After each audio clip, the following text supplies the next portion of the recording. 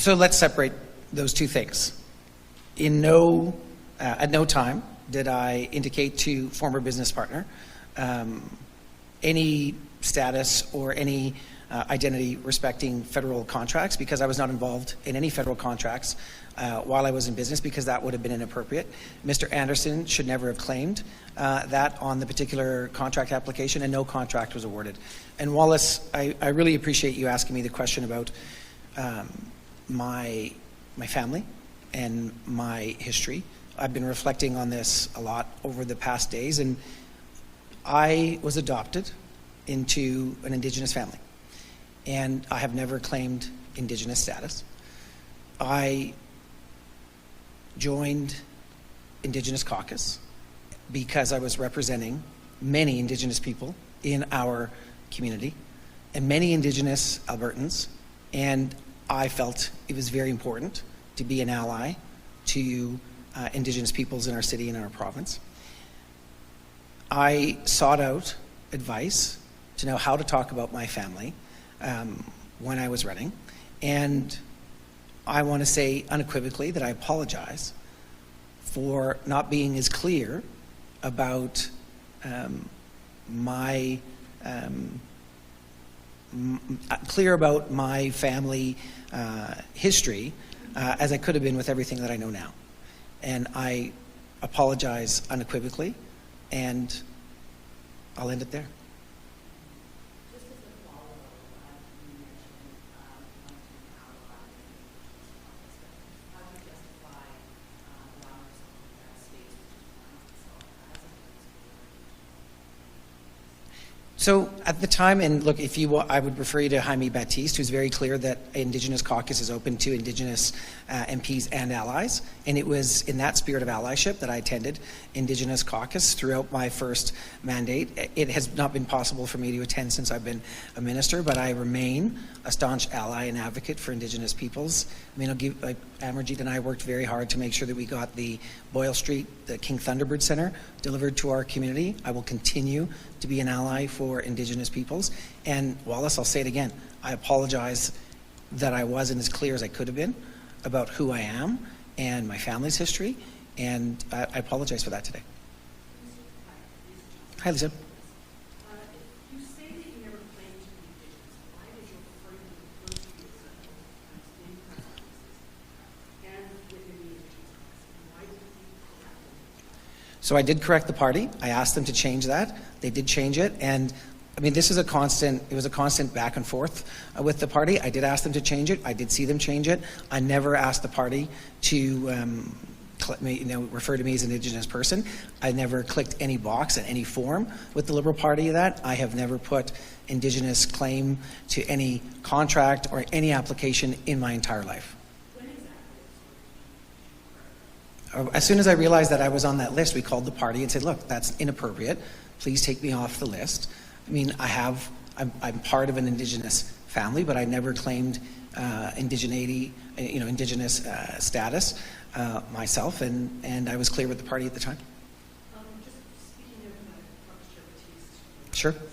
having this public conversation with China, do you see a harm in people who falsely claim Indigenous identity? Absolutely. And I think that should not happen. That's why I never did it. And I'm learning about my family in real time. I'm learning about my family lore, and I take my responsibility as an MP and a minister very seriously, and that means representing people. And the reason that the reason I sought out a way to refer to myself when I was running was so that I could do so in a sensitive and respectful manner. And I apologize if that particular way of referring to myself, I apologize that it was inaccurate, and I'm learning more things about my family and my history. And look, I'm going to continue this journey, and I will share this journey with Canadians as I continue down that path.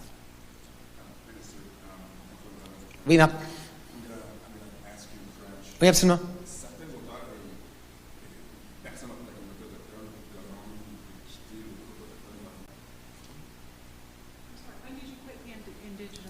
So it's not a join or quit. You attend meetings as you're able to. And so I was a regular member from 2015 to 2019. I lost an election, and then I came back in 2021 and was named minister. And so I haven't been a regular member of Indigenous Caucus since I've been minister. Hi, Jackie. Can you clarify statements you made to Parliament about your adopted great-grandmother, Lucy Plenay? You have at multiple times said she was a full-blooded Cree woman. Do you stand by that statement, or has your understanding of her heritage changed? So this was my understanding of my great-grandmother Lucy Plenay growing up. It's like, Jackie, you could think about it like family lore, and I am learning about my family's heritage in real time. And so I apologize if I haven't been clear. And I could have been clearer about my family's heritage, but I'm learning a lot more about that heritage, and so I'll be very clear about how I refer to my family and myself moving forward. And so your great-grandmother, Lucy Plenay, is she full-blooded Cree?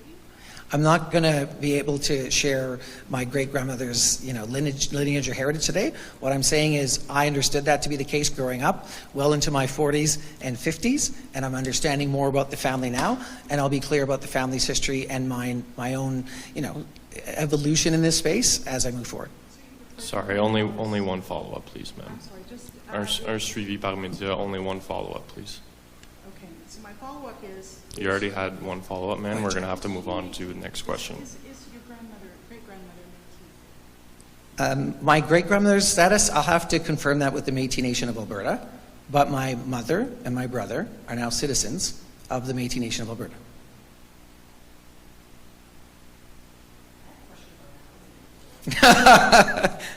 Bring it on. Yeah.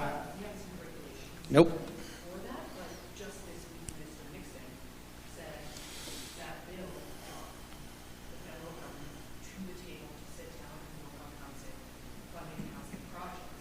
How would you respond to that claim? I would dispute that claim, and I would say that I have been in meetings with Minister Nixon, with Minister Sohi, with Mayor Sohi, with Minister Fraser and Chief Cody Thomas well before the idea of Bill 18 was formulated.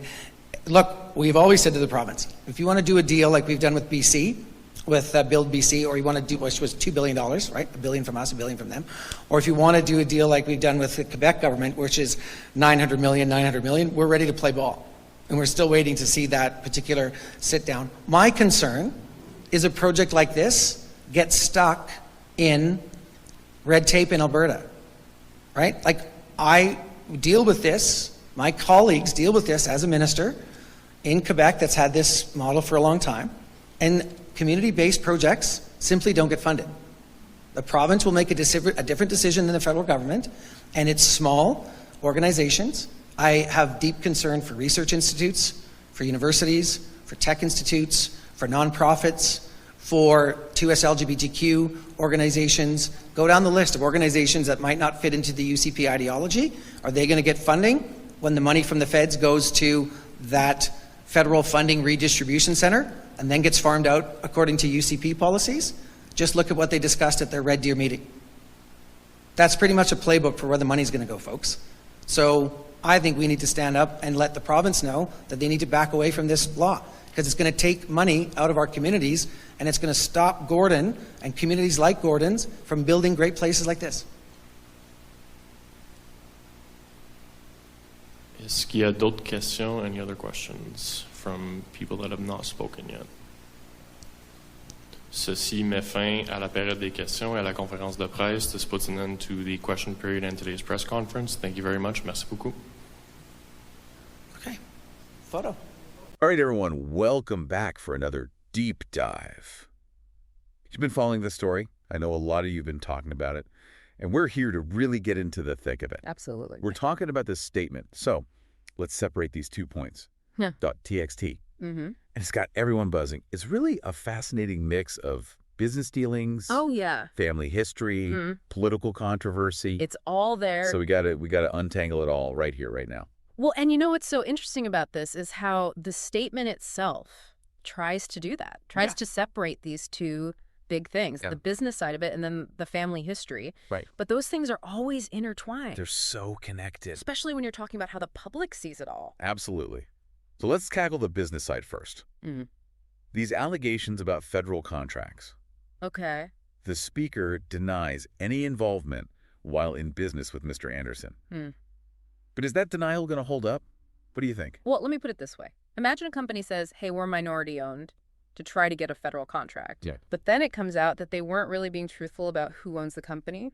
Uh-oh. That could lead to some really serious consequences. We're talking huge fines. Wow. They could get barred from even applying for contracts in the future. Oh, wow. And in some cases, it could even lead to criminal charges. So the stakes are really high here. Absolutely. The stakes are incredibly high. Okay, so that adds a whole other dimension to the speaker's denial then, doesn't it? Yeah, for sure. Okay, so let's switch gears a little bit and talk about the family history aspect. Okay. The statement explains the speaker's adoption into an indigenous family. Right. And apologizes for not being more upfront about their heritage. This is definitely a sensitive topic. It is. It really is. You're talking about claims of indigenous identity. Right. That's deeply personal, and it's tied to this really complex history in our country. We're talking about cultural appropriation and systemic injustices faced by indigenous peoples. Yeah. So when the speaker apologizes, it shows they understand that people might feel misled or hurt. But will that be enough? I guess that's what remains to be seen. That's the big question, right? And this all leads into the speaker's involvement with the Indigenous Caucus. Yes. They're saying they joined as an ally and an advocate. Yeah. They never claimed to be Indigenous themselves. Right. What do you think about allyship in a situation like this? Well, allyship can be a really powerful force for good, a way to help lift up marginalized voices. But it can be tricky, too. Some people argue that non-Indigenous people being involved in those spaces could actually end up silencing Indigenous voices. That's a good point. So it's this really delicate balance between offering support and making sure you're not taking up too much space. Right, because we have to remember, Hemi Batiste specifically said the caucus welcomes allies. Exactly. And the speaker even points to that as proof they weren't trying to mislead anyone. But then the statement takes this whole other turn, and they start talking about how their understanding of their family history is changing. Yeah. Specifically, all this uncertainty around their great-grandmother Lucy's lineage. That's where it gets really fascinating, I think. This really highlights the importance of doing your research. Right. Being responsible about how you present your family story. Especially when it's tied to something as sensitive as cultural identity.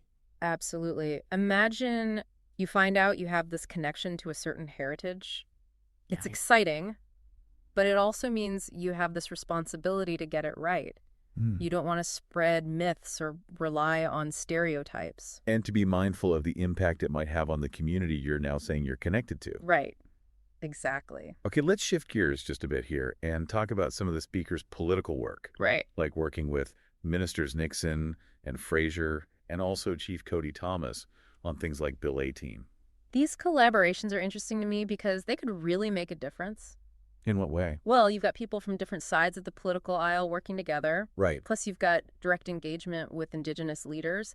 That suggests a real commitment to tackling the issues that matter most. And that affect a lot of different communities. Exactly. But on the flip side, the speaker is also concerned about how funding might be redirected in Alberta based on ideology. Oh, yeah, that's a big one. And how that could negatively affect research institutes, nonprofits, even to SLGBTQ organizations. This raises so many red flags for me because it's like, are we prioritizing ideology over actual need? Right. Funding decisions should be based on evidence, a commitment to supporting everyone equally. Not about pushing a political agenda. Absolutely. This feels like a serious warning to me. It is. And it all comes back to that initial attempt to separate the business stuff from personal identity. Right. But those things are so clearly intertwined in all of this. Absolutely. I think this whole story is really a reflection of these bigger conversations we're having as a society. About what? About how we understand identity and cultural heritage and how to be responsible when we talk about these things. You know what it really makes you think? How do we balance those personal journeys of discovery with the impact they can have on entire communities? And how those stories play out in the political arena. So much to think about. There is. Well, that wraps up our deep dive into this really fascinating statement. Thank you for joining us. Thanks, everyone. And be sure to check back for more deep dives coming soon. See you then.